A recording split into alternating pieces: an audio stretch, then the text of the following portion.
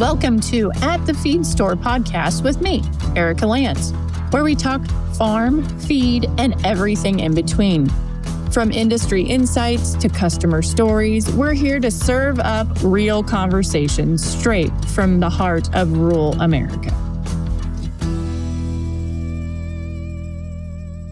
Erica here with Feeders Grain and Farm Supply. I'm actually down at Green's Welding in Appleton City, Missouri with Chris and Karen. Thank you guys for having me down here. It's super exciting to come down and see in action, right? See what you guys have going and what it's all about. So can you talk a little history about how this all started? When I was 10 years old, I took welding in 4-H. And I was the first person in our family that could weld. So I fixed everything. Oh, yeah. So from there, I fixed things, learned how they worked. When I got out of college, I bought my first portable welder in 1983. We lived in a small house down at Rockville with a 2-car garage and worked there and worked at slaughterhouse to support the family, of course. In 1988, we bought where we're at today. Okay. And built a 30 by 40 shed. It was huge. And we've added on, some to that. And in 2000, we added on another building. In 2015, we added another building. And then here's 2025, we're sitting in our newest building. So what did you start building when you were still in that garage setting? What were cattle chutes. Cattle chutes? Yeah, cattle working chutes and gates and panels, that kind of stuff. And then when did that progress to, as you can see behind us? Right, in 1999. Okay. When I bought my first press brake, we did some stuff with another vendor who would break some metal, but it wasn't cost effective. Yeah. So in 99, bought the first press brake and never looked back. So what gave you the drive to start something like this? What did you see from a niche standpoint or from a business standpoint that made you want to have something like this? Well, it's what I knew, raised on the farm. I knew the equipment. He fixed and repaired a lot of old creep feeders from around. Yeah. That's how he designed our creep feeder and figured out based on flaws, what he was repairing all the time. Yes. Right. And there was just a need for the equipment at a reasonable price. There was equipment out there. A lot of it I thought was overpriced. Sure. So, we try to keep our prices fair to where the farmer can hopefully make some money and buy some more stuff later on. Yeah. No, that's great. So you want to talk a little bit about, we can start with the feeders or the bins themselves. Yeah. So the bulk bins, when somebody's buying those, what is something that's unique, different about yours versus what other people have on the market? Ours are all 14 gauge steel. We've learned through the years with things. We've got bracing in places that others don't have, so we don't have issues with breakage or anything else. Our tops are 3-foot squares, so the guy with the feed truck don't have quite so much trouble hitting the hole. Yeah, that's important. They really like that. That's very important. And we've now come out with a lay flat lid to where you can pull under an overhead bin and not have the lid be a problem. The sight glass on the front, we were one of the first to put a glass in there so you could see how much feed you had in it without crawling up and looking. I think our feed door sets us apart from some because it's so easy. Yeah. Our 4-year-old granddaughter, as soon as they hit 4, they can open and close it and they can shut it down and it's a tight seal. Yeah. So and you don't have to worry about that. Now, when you're pulling that down the road, you're not having it bounce either with the way that door is. No, it won't bounce. And there is a lock on it also that you can put a carabiner or a lock on it. Sure. We learned that early on. We had one of our dealers called us up and said they got a customer that wants a lock somehow put on it. Yeah. I never thought of it, So I went out there and come up with a place deal, to put a lock. Put it on. And I was talking to the customer and he said, yeah, I come home one day and the neighbor was walking across the pasture with 2 buckets of feed. Yeah. I mean, and it's all part of that, right? Yeah. So you guys learn as you go and modify things. So this bulk bin behind us is not the same bulk bin that you started with. Definitely I'm sure. not. Definitely not. You learn from... This one's a lower profile, so it's not top heavy. Our first one was pretty tall. Yeah. And I still have that one also. So, It's one of those originals, but you can see how far you've come. yes. The progression, Yes, right? definitely. So we have the bulk bins behind us, but what are the other items that you guys are producing that you really think that people need to learn about from your business, and even from my business that I'm obviously carrying your products? So the bunks that you guys make, they're wonderful bunks. You want to talk about that design and why they are the way they are? Right. They're an all 14 gauge construction also. We learned how to bend the bunks, put different bends in them to where they're more stable. We've had customers send us pictures with a cow standing in them, and the bunk is still good. I've had 2,000-pound bulls with their front feet in them, not completely, Yeah. but, so they hold up well. Sure. In a pasture setting, the ones that I started with in 1999, I'm retiring 2 of them this year. So that's been a while. Yeah. The legs did rust off, a while back, but the ends have rusted out now. So if you can get that kind of life out of a bunk, it's It's an easy to move bunk. yes, they weigh about 150 pounds. Yeah. The size is right. And now as we progress, we do have to where the lips will lip over each other and there's holes. So Okay. they bolt together. Okay. So if you're running down it with a feed truck Sure. or a UTV feeder, Yeah. they're always in a straight line when you go to do it. You don't Oh, have to very nice. You adjust don't them. have them Correct. Yep. washing around like that. So yeah, it's just, when I grew up, they had the plastic ones yes. and the Kevs would get in them and, they didn't last long. No, So, they did not.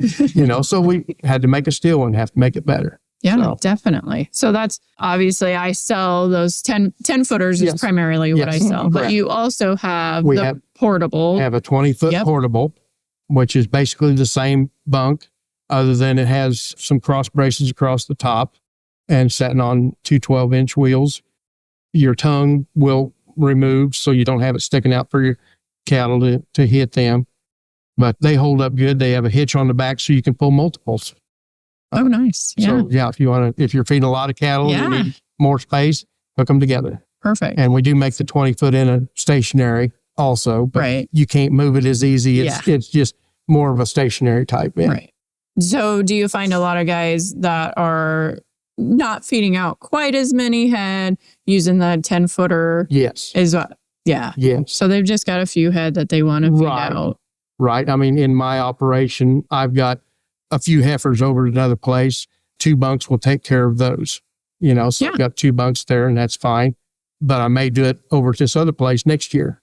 So So, it's and that's really the easy to load up. best R&D you can have Oh, yeah. is your own stuff, right? Yeah. So I have that as well. Having my own farm, I will take the products that I sell and say, okay, how does this fit? Well, you're the guy making the products, Mhm. trying them out, seeing how they're going and what modifications need to happen, Exactly. right? Because we all know things change. We all, what our needs are, things like that. And that's awesome. Now, you were talking about creep feeders and how you fixed creep feeders. Now you make a creep feeder. So can you talk about that creep feeder and what is different after dealing with how many creep feeders did you fix? Probably tons and different brands and whatever. Right. What did you learn that you applied to the creep feeders that you have Right. today? Anytime you have a transition, a corner, whatever, feed is going to hang up in it. Yeah. So we actually have a flat bottom design. We brought our sides in closer. We have a plastic bottom, so it's the first thing that rusts out. Yeah. Ours won't. The ends will be the first part, but Okay. It's what happens. But that's an easy fix. Easy fix. Yeah. In the long run. I don't know if you ever crawled in one of those creep feeders to help clean it out or knock junk Mhm. out. Yeah. How'd you get out of it? Nobody put steps inside of them. We put steps inside of ours. Okay. Just That makes sense. Yeah. Little thing. Yeah. A lot of the things I did, I thought of my dad. Sure. Okay. Can he do this? Yeah. He shouldn't be, but he's going to anyway. Right. So let's make it easier on him. Yes. Going with the heavier axle, all the components are the same. Back in the day, you didn't know what you was going to get for wheels, what bolt patterns, just Yeah. kind of different. Yeah. We're all new wheels and tires and everything. So, that kind of sets us apart. And the lid opens from the ground, so you don't have to crawl up here to open your lid. Right. Yes, that's And right. you can fill it with the creeps up Or down. or down. The panels. The That's panels on the the side. creep Yeah. gates. You don't have to move them at all to fill them. So, it just makes them Then you don't have to remove them if you put them, Right. put them up and then want to fill Right. it. Yeah. Right. right. That's great. So, just little things like that, we've got a little more rain protection. Our rain guard on top sticks out just a little further than the others. We're squared off in the sides, so the rain doesn't come in from the sides and get them. Yeah. It's just things we've learned that it makes life easier. Yeah, it does. And quality stands behind that, obviously. And your goal is not to be a throwaway. Right. And because you don't want that next person to have to fix it, right? So things will rust. Oh, yeah. It's metal, right? Yeah, it's going But to happen. what is the longest creep feeder that you have out there that still looks pretty good? How would you say it's? Oh, my. If I'd have thought a little sooner, I could have figured that one out. Because when did you start making creep feeders? Good question. Yeah, I'm trying to put it with something. Those dates are beyond me.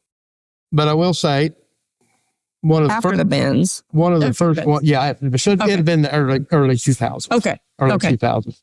One of the first creep feeders that I built, I actually sold on a consignment auction 2 weekends ago, Yeah. and it was not rusted out. Well, that's awesome. Yeah. His dad had used it and we'd got So 20 some years. 20 some years, Yeah. and which, I didn't put any salt or, Right. stuff that's more corrosive. You can Yeah. do that, and it really Yeah. takes the life out of them. It does. It's hard on it. And, your grains have some acidy stuff, and it'll eat them. Well, and things are Clean them out when you're done with them Yes. is a good thing. Yes. That is very important. Yes. Just in general. So even with, we'll circle back to your bins, even with your bins, I've had people, well, I have another brand or whatever, and it's not as heavy of metal. Mhm. And it's started to get rusty and, what do I do? Well, you have to keep them clean Mhm. is big. Make sure that lid is fastened down. Yep. Because like anything, if exposed to the elements, Mhm. it's going to break down. Yep. The feed in the creep feeders, in anything, in your big steel bins at home. Yes. Yes. When spring and fall hit, you're changing seasons, it condenses moisture. Oh, yes. That And- condensation and it is, happens. yes, very much so. So, We know having a feed mill, it's Yes. very crucial to make sure you run things out. And Yes. yes, we have a lot of customers, like say, they'll feed some animals and then they won't use it again for 6 months. Well, that feed sitting in there is basically no good anymore. Right. I mean, because it's moldy. It's not good. yeah, and it's going to happen It's with going to the happen no elements. matter what you put it in. Right. Unless you were doing something over the winter, Yes. those factors are a little bit different. But when you're looking at stuff, I mean, the feed that you're feeding contains moisture. Yes. Right. It is not 100% dry. Yes. So that being said, you get a little heat on there Mhm.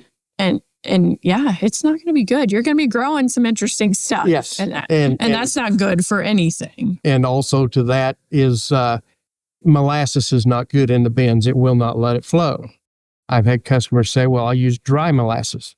Well, get a little bit of moisture to that dry molasses and it's a solid piece of molasses. Right. And so we do make a sweet feed. Right. Yeah. And so when we put it in a bin like yours, Mhm. this isn't something that can set for a long time. Yes. Right. Keep Keep it active. feed as it long out. as Yeah. you're feeding it, Mhm. a lot of people ask.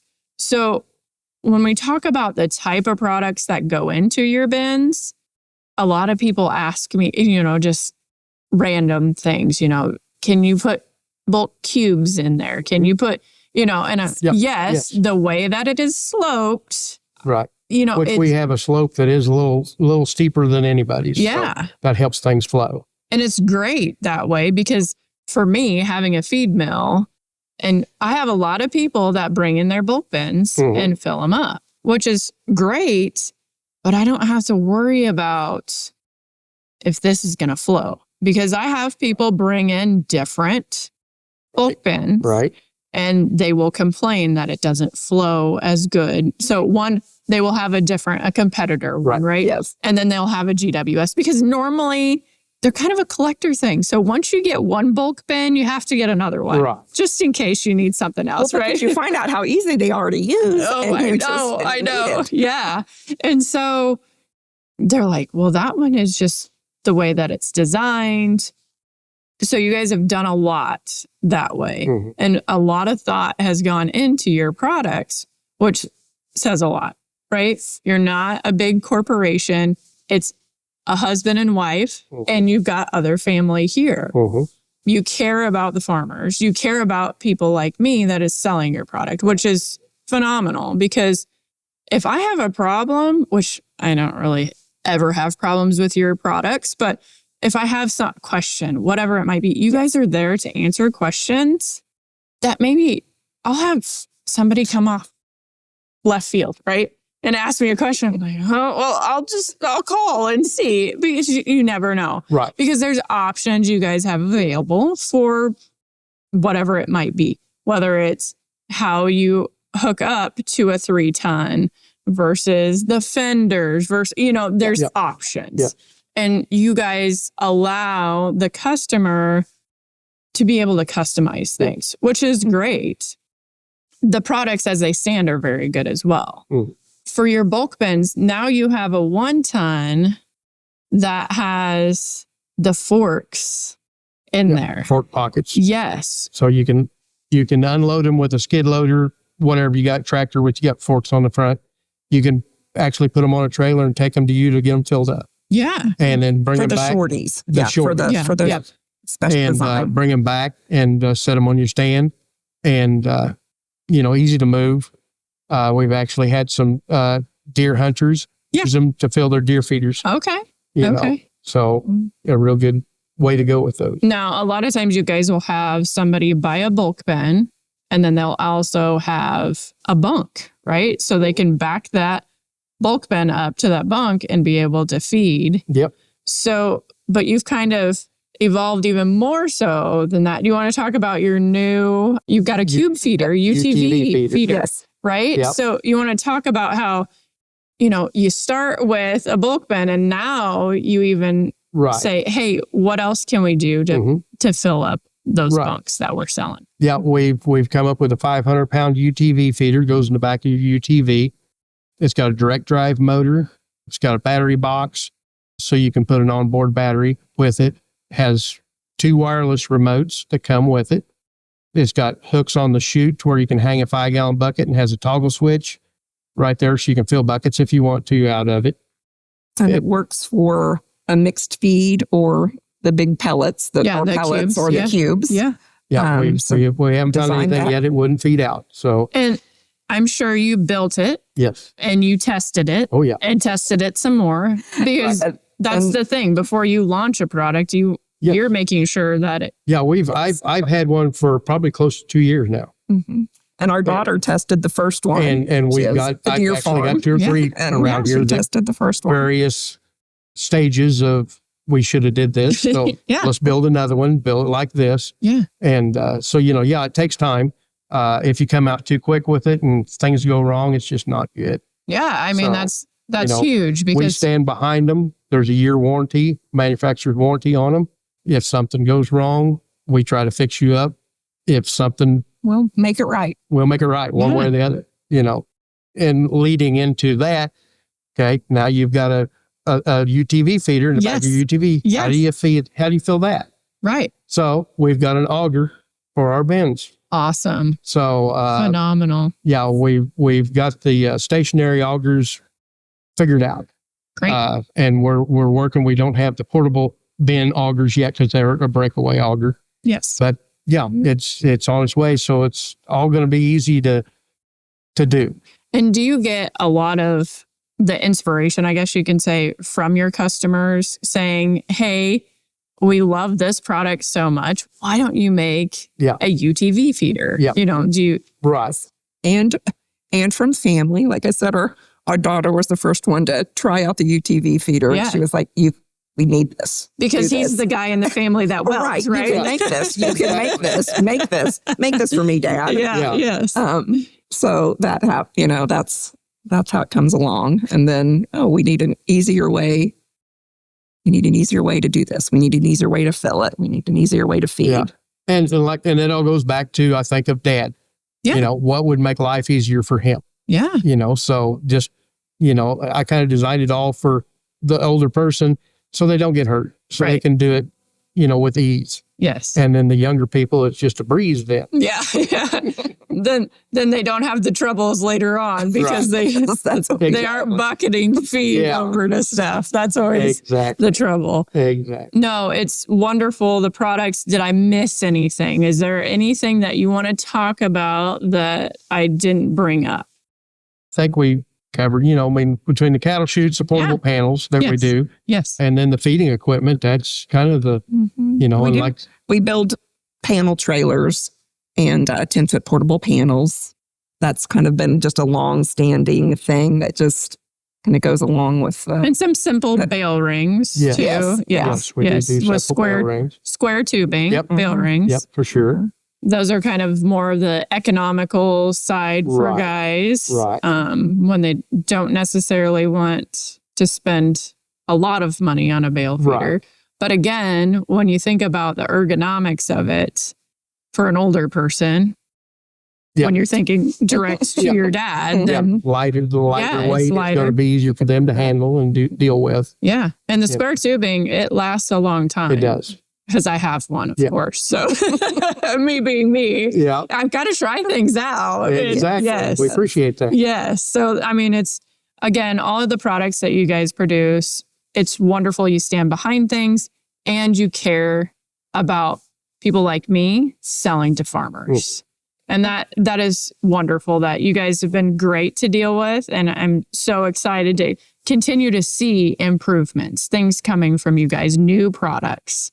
So, that you're the people that keep us going. Yes. Yeah. Thank you again. I appreciate you letting me come around and look at things. And again, if you guys have any questions, just check out our website. We've got them listed. Their bulk bins are listed on our website at feedersgrain.com. Thank you.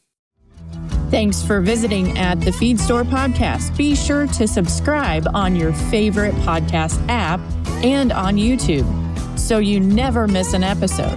Follow us online and check out our full lineup of products on feedersgrain.com. See you next time.